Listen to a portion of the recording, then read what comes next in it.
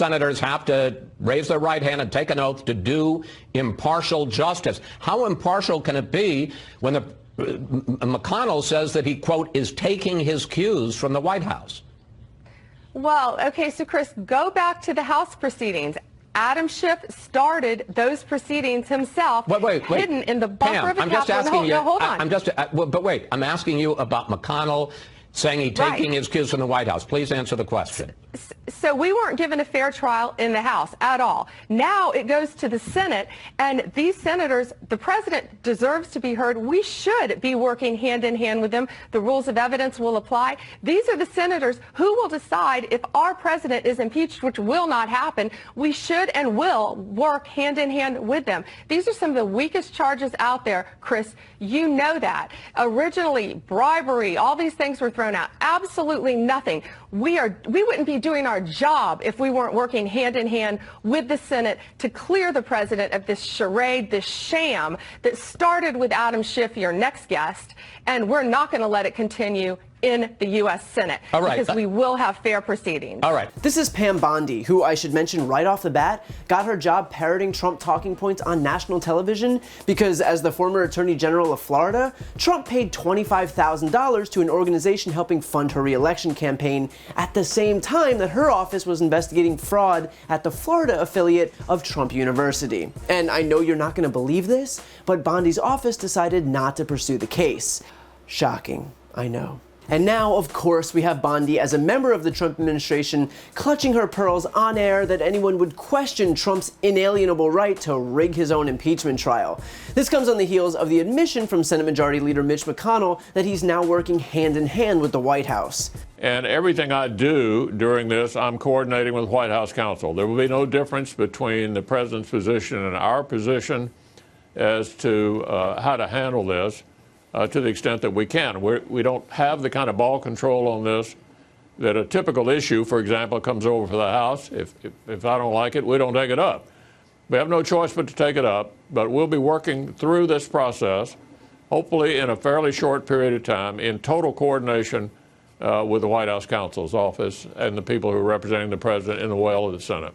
And it's not just McConnell. Lindsey Graham, chairman of the Senate Judiciary Committee, recently came out and said, "I am trying to give a pretty clear signal that I've made up my mind. I'm not trying to pretend to be a fair juror here. What I see happening today is just a partisan nonsense." When asked if it was appropriate for him to be voicing his opinion prior to the trial, Graham said, "Well, I must think so because I'm doing it." Now, this should go without saying, but both McConnell and Graham and any other Republicans who follow their lead are in effect refusing to uphold their oath of office. According to the rules of procedure and practice in the Senate when sitting on impeachment trials, senators are to follow this oath. "I solemnly swear that in all things appertaining to the trial of the impeachment of Donald John Trump, President of the United States, now pending, I will do impartial justice according to the Constitution and laws, so help me God." In other words, Republicans are now openly bragging about refusing to uphold their oath in their desperation to defend Trump. And so it's clear that fairness is very important to the GOP. So armed with the knowledge that Republicans are proudly shirking their oath of office for Trump, Pam Bondi starts off with a defense lifted right off the president's Twitter feed, claiming that what we should actually be looking at here is Adam Schiff and how the impeachment inquiry in the House started as some secret meeting among Democrats in the basement of the Capitol.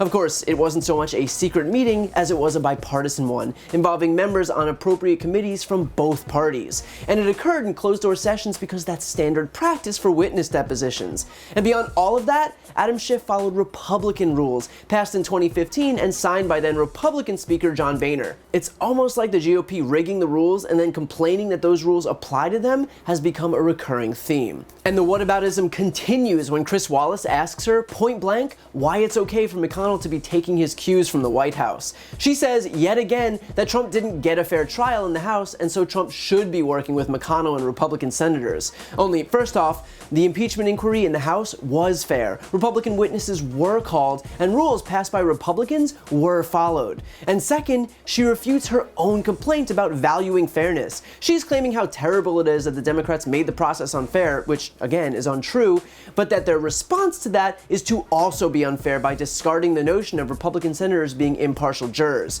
Because nothing shows just how much you despise unfairness as purposefully making the process unfair as soon as you have a say. She goes on to say that Trump deserves to be heard, as if that's even remotely the issue at hand here. Keep in mind, it was the White House that refused to participate in any of the House proceedings. He was invited, his lawyers were invited, and every time they declined to participate, keeping in line with their claim that the whole process was rigged against him. Of course, the claim that it was rigged was born out of the idea that he hadn't been able to be involved. In other words, it's rigged because he couldn't participate, but when they offered him a chance to participate, he said no because it was rigged because he hadn't had a chance to participate. Make sense? Yeah, I didn't think so. And finally, to cap it off, Bondi claims that these are some of the weakest charges out there, so I'll just use this time as a reminder that Trump got caught using legally allocated, taxpayer-funded military assistance as a bribe to exact dirt on a political opponent for help in the next election.